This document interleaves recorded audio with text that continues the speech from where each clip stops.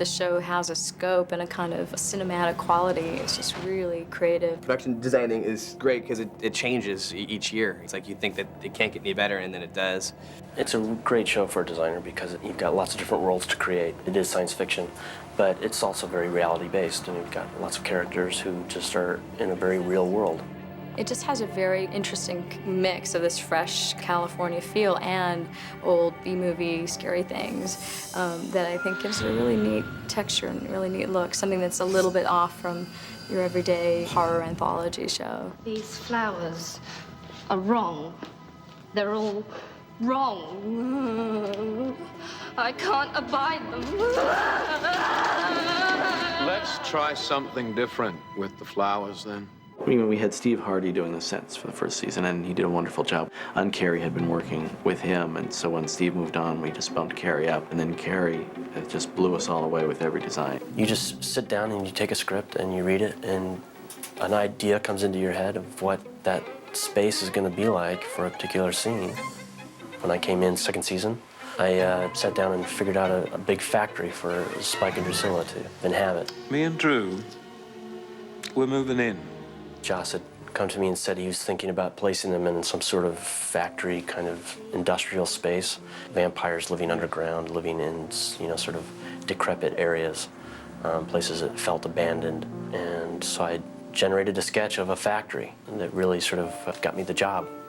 The library was very important. It was sort of the hub where so much of the research and just the life of these kids in school would take place. It was quite a beautiful space. It had a lot of wood and had a huge skylight atop it, and it had beautiful windowed offices for Giles. It almost felt a little English. Giles would be in there drinking his tea at times. And of course, no student except our kids ever entered the library. So this was always a running gag. And if, in fact, on the rare occasion someone came in there to get a book, they would look at them askance. Excuse me, but have you ever heard of knocking? We're supposed to get some books on Stalin. Yes, third row, historical biographies. We work in a, not a real stage. It's a big, old series of warehouses that are all one big building that we've divided up into 3 different stages. They've got very low ceilings. They're pitched everywhere with steel columns. And so for that factory set, I essentially took the structure of the stage and used it and let the ceiling of the stage be the ceiling of that factory. And I used a lot of the structure of the stage as the set and just sort of walled it off. The way that the show is shot, and that with the vampires in our world, that there's a certain texture and depth and darkness. Everything had that feel to it. Our sort of bedroom set has this cave-like feeling. And then we ended up moving into this mansion that had a much more sort of modern, sterile look to it. We built a mansion for Angel, which was a nice set and had a sort of an outdoor garden, but it was kept in the shade. We wanted to sort of stay away from Gothic architecture and Gothic themes. Joss just didn't want to keep going there as such a sort of stereotypical vampire mode. One of the major concepts of the show is that these vampires sort of have to live in a dark world, not just theoretically, but actually physically. A lot of times we'll have them in an above-ground space, like the mansion, but typically they're sort of in the sewers underneath Sunnydale, or like in first season, the master vampire, first nemesis of the series, lived in an underground church. It was an idea of Joss's that there had been a terrible demonic force. The master tried to escape from hell and had been sucked, down into hell and was actually trapped in this church, which was a constant source of pain, of course, to him being a vampire. And that was a neat set that you could get through the tunnels, and you could walk down through the rubble. Not only was the church underground, but we had sewers connected to it that sort of fell into this bowel of the church underground. So that developed that whole theme and concept of the vampires sort of living underground and being able to get around Sunnydale through the sewers. The set, the wardrobe, the makeup, and everything that goes into portraying a character or being in a mood makes an impact on you. It makes it that much more believable. We come before you with fresh offerings. Offerings? The way that the series was set up is that we had the underground world. It was really dark and heavy and concrete. And then you sort of had the above ground world, which was much lighter mood. The colors were softer and a little more pastel. And Joss had this idea about Sunnydale, a very sunny all-American town. We scouted a lot of various locations here in town that we felt would match that.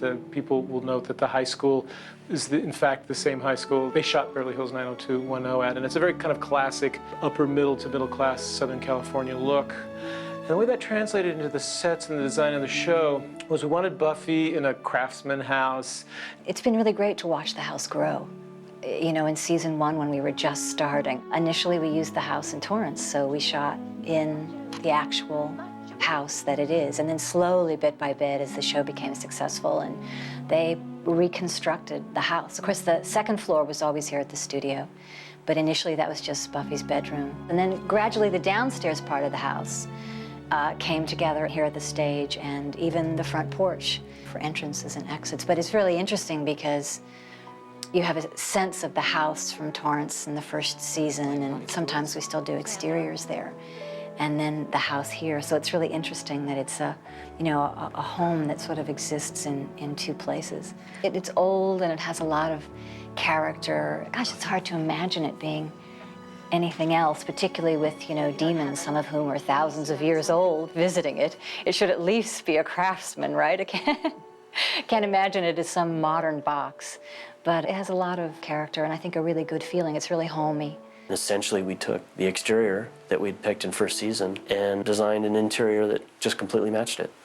Here we are at Buffy's exterior of her house, and if you come around the corner, 1630, Buffy's house. You're in the front foyer. Of course, most of this set wilds away just like any other set. The staircase is actually on wheels, so we could, if we need to, take the whole staircase out and film a scene back into the living room or out the front door looking at the translite, or back into the dining room around the corner. But if you come this way, you're into the living room. Mom? This set's gone through several modifications, new floors, a couple new doors here and there. These doors right behind you have gone through many breakaway versions. And if you keep coming around the corner here, this set sort of works like a large donut. If you keep coming around the corner, you can come right through the back hall. You're right into the kitchen. So you're in the kitchen here. Of course, this is on wheels, as is all these exterior walls. They're all on wheels. This whole outside of the set can just go away quite quickly. We can shoot back into the set whenever we need to. So coming out of the kitchen, we're into the dining room here, and sort of a very stereotypical craftsman bungalow dining room. Got a high wainscoting. This is where you place a picture just like this, or a plate sometimes. Some nice furniture here. This is kind of interesting. This backsplash used to be mirror. Of course, that's difficult for the camera, so we've covered it up with what looks like some nice prairie-style tile, but it's really just foam core with a color print on it, and then scored to look like tile. And then back out of the dining room and into the foyer, and then we're out of the set. Here we are in Buffy's upstairs hallway. Over here's the stairs down. There's the bathroom and dress set. This is Buffy's bedroom. First of all, this is my room. Second, have you been going through my things? Yes, I have. Personally, I love being in Buffy's bedroom, rummaging through all of her drawers and things. It gave me a kind of little extra stepfather kind of thrill. Had nothing to do with the script, but it's how I prepare, all right? This is the one of the only remaining sets from season 1. I'm sure you know it well. Here's the windows that obviously Buffy goes in and out of quite frequently, or somebody else comes in and out of quite frequently as well. We change posters every once in a while, but we try to keep it intact almost from first season so that we really have a continuity. It's the only thing that's sort of continuous in Buffy's house is her bed, or in Buffy's life, is her bedroom, really. Well, here we are in Giles's apartment. All the walls pull away. At this beam here, all the walls above it are just sort of hung with cable, so we can pull the lower 8 feet out pretty much all the way around. In this set, the staircase does not pull out. It's always stationary. But from the staircase all the way around to this corner and into this archway is pullable. We can wild it out and get a camera back there and shoot into the set. This is Giles's little kitchen around the corner here. Go into the hallway through this little arch, and Giles brews quite a bit of tea back here in this kitchen. So we bronzing it tonight? Wednesdays kind of beat. The bronze was meant to sort of feel like a nightclub, but really was an espresso bar. It was an industrial space that had been converted into a, this nightclub coffee bar. Visually, it was painted with quite a few bright colors, as if an artist had come in and just sort of not just painted the walls, but it actually as if they were painting a canvas. It has an entrance that leads out actually off the side of one of our stages. And then when we developed the back lot in second season, across the alley, we built a whole series of facades of brick and little buildings that created this dark alleyway where lots of scenes sort of took place, not just outside the bronze, but just a little dark alleyway that we would dress differently to make it some other little alley off in Sunnydale somewhere. Don't just stand there. Dig. We have to hurry.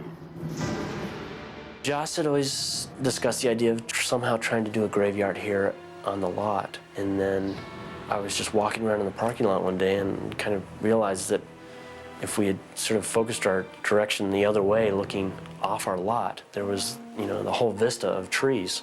So I came up with this idea to put a big stone wall in front of that, sort of blocking out the buildings that were underneath all those trees in the vista and just making it feel like a wall of the cemetery.